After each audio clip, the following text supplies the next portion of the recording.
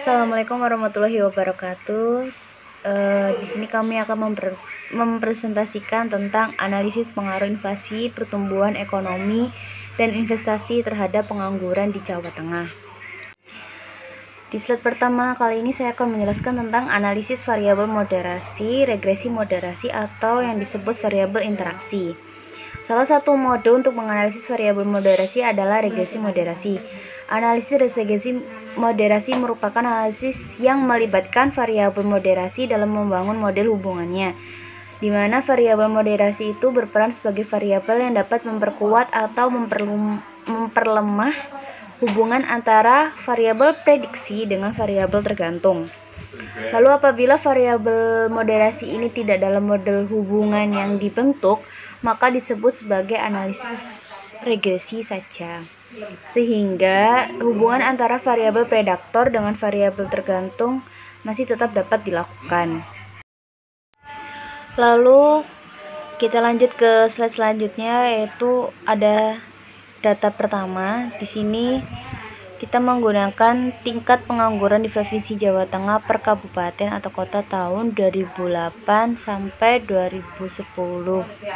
Ini per orang. Di sini ada total 35 provinsi di Jawa Tengah. Dan setiap tahun mengalami kenaikan dan penurunan yang cukup signifikan, di mana di tahun 2008 total penganggurannya sekitar 1.227.308. Sedangkan yang tahun 2009 1.254.267. Sedangkan yang di tahun 2010 itu ada 1.046.873 orang, yang rata-rata seluruhnya mencapai 1.176.149 orang. Lalu ini data kedua adalah data tingkat inflasi di Provinsi Jawa Tengah yang per kabupaten atau kota, dengan totalnya 35 kabupaten se-Jawa Tengah. Di sini tiap-tiap kabupaten memiliki kenaikan dan keturunan secara signifikan. Lalu ini untuk data yang ketiga, yaitu data tingkat pertumbuhan ekonomi di Provinsi Jawa Tengah per kabupaten atau kota tahun 2008 sampai 2010. Di sini juga 35 kabupaten atau kota dengan tingkat dan penurunan secara signifikan. Lalu ini data yang keempat atau data terakhir, ini nilai realisasi investasi di Provinsi Jawa Tengah per kabupaten atau kota tahun 2008 sampai 2010. Jadi ini nilainya investasi yang semuanya ada di Provinsi Jawa Tengah. Semuanya total ada 35 kabupaten atau kota dengan kenaikan dan penurunan yang tidak begitu jauh sebenarnya. Oke.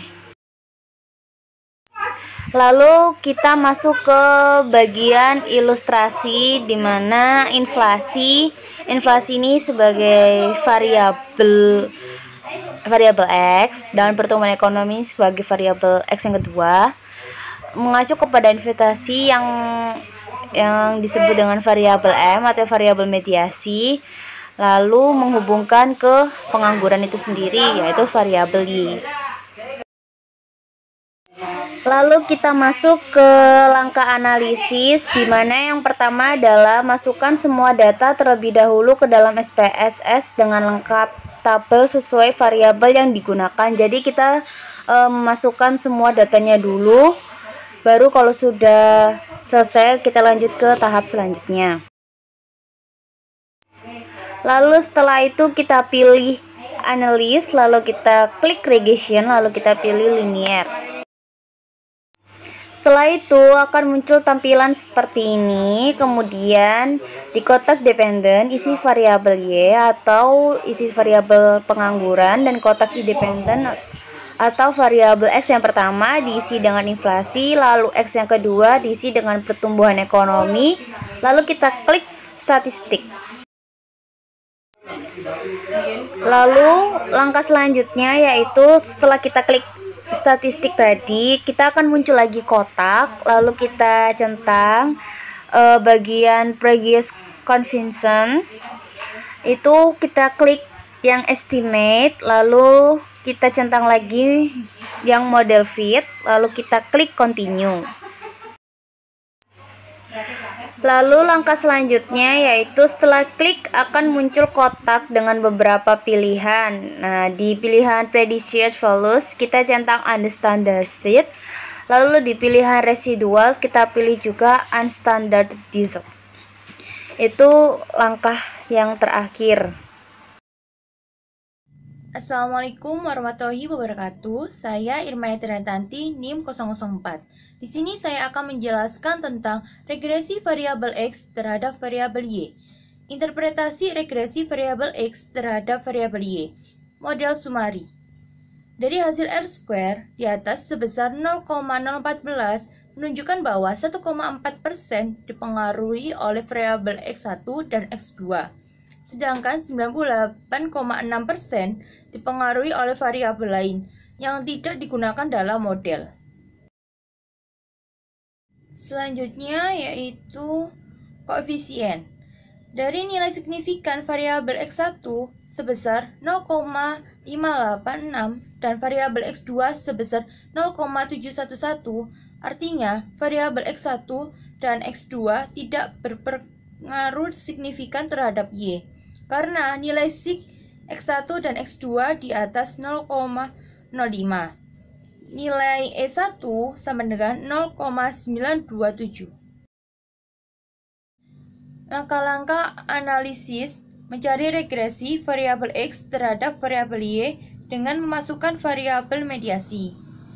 Yang pertama, masukkan data di data view. Kemudian klik analyze, lalu klik regression, pilih linear. Selanjutnya, setelah itu muncul tampilan seperti yang ada di layar. Kemudian di kotak dependent isi variabel M yaitu investasi, dan kotak independen isi variabel X1 yaitu inflasi, X2 yaitu pertumbuhan ekonomi, ditambah Y yaitu pengangguran, lalu klik OK. Selanjutnya yaitu regresi variabel X terhadap variabel mediasi. Model sumari. Dari hasil R-square di atas sebesar 0,072 menunjukkan bahwa 7,2% dipengaruhi oleh variabel X1 dan X2, sedangkan 92,8% dipengaruhi oleh variabel lain yang tidak digunakan di dalam model. Untuk ANOVA signifikan yaitu sebesar 0,05. Nilai sig F sama dengan 0,301 lebih besar dari 0,05. Untuk nilai F tabelnya 1,248. Selanjutnya masih di regresi variabel X terhadap variabel mediasi. Untuk koefisien dari nilai signifikan variabel X1 sebesar 0,590 dan variabel X2 sebesar 0,142, artinya variabel X1 dan X2 tidak berpengaruh signifikan terhadap Y karena nilai sig X1 dan X2 di atas 0,05. Untuk nilai E2-nya 0,529. Langkah-langkah analisis mencari regresi variabel X terhadap variabel Y dengan memasukkan variabel mediasi. Yang pertama, masukkan data di data view. Kemudian klik analyze, lalu klik regression, pilih linear. Selanjutnya, setelah itu muncul tampilan seperti yang ada di layar. Kemudian di kotak dependent isi variabel M yaitu investasi, dan kotak independen isi variabel X1 yaitu inflasi, X2 yaitu pertumbuhan ekonomi, ditambah Y yaitu pengangguran, lalu klik OK. Regresi variabel X terhadap variabel Y dengan memasukkan variabel mediasi. Interpretasi regresi variabel X terhadap variabel Y dengan memasukkan variabel mediasi. untuk model sumari. Dari hasil R-square di atas sebesar 0,072 menunjukkan bahwa 7,2% dipengaruhi oleh variabel X1, X2, dan Y. Sedangkan 92,8% dipengaruhi oleh variabel lain yang tidak digunakan di dalam model. Selanjutnya masih di regresi variabel X terhadap variabel Y dengan memasukkan variabel mediasi. Dari nilai signifikan variabel X1 sebesar 0,596, variabel X2 sebesar 0,149 dan variabel Y sebesar 0,980.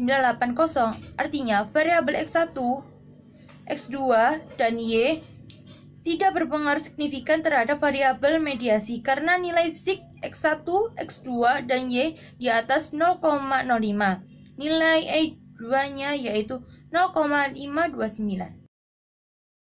Tahap uji hipotesis dan pembuatan kesimpulan. 1. Analisis pengaruh X1 terhadap Y. Dari analisis di atas dapat diperoleh nilai signifikansi X1 sebesar 0,586 lebih besar dari 0,05 sehingga dapat disimpulkan secara langsung tidak terpengaruh signifikan X1 terhadap Y.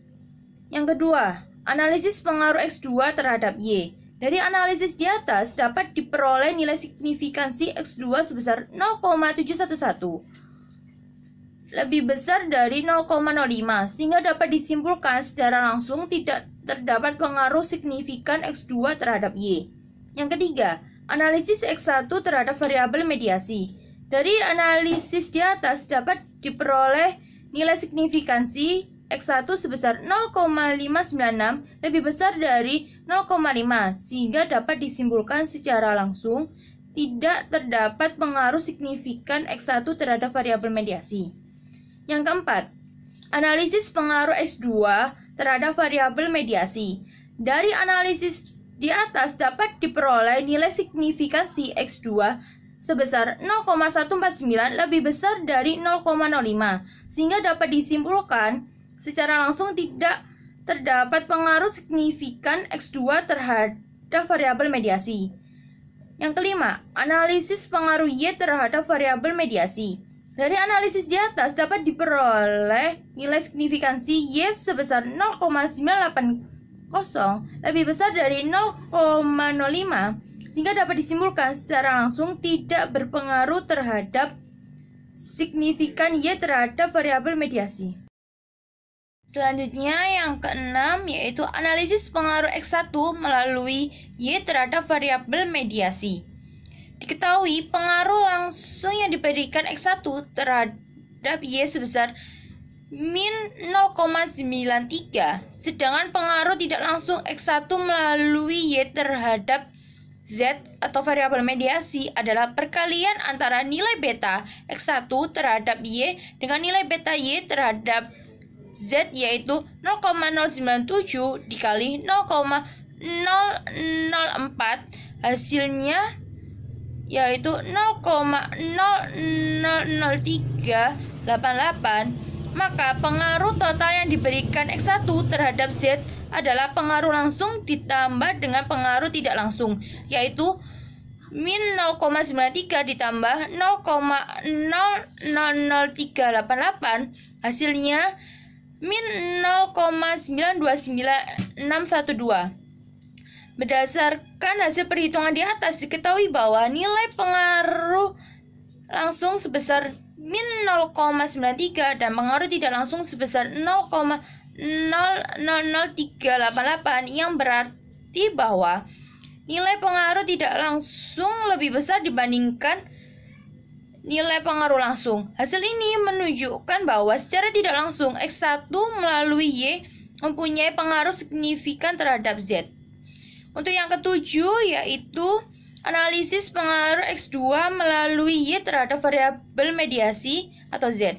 Diketahui pengaruh langsung yang diberikan X2 terhadap Y sebesar 0,257, sedangkan pengaruh tidak langsung X2 melalui Y terhadap Z adalah perkalian antara nilai beta X2 terhadap Y dengan nilai beta Y terhadap Z atau variabel mediasi yaitu 0,066 dikali 0,004 hasilnya adalah 0,000264. Maka pengaruh total yang diberikan X2 terhadap Z adalah pengaruh langsung ditambah dengan pengaruh tidak langsung,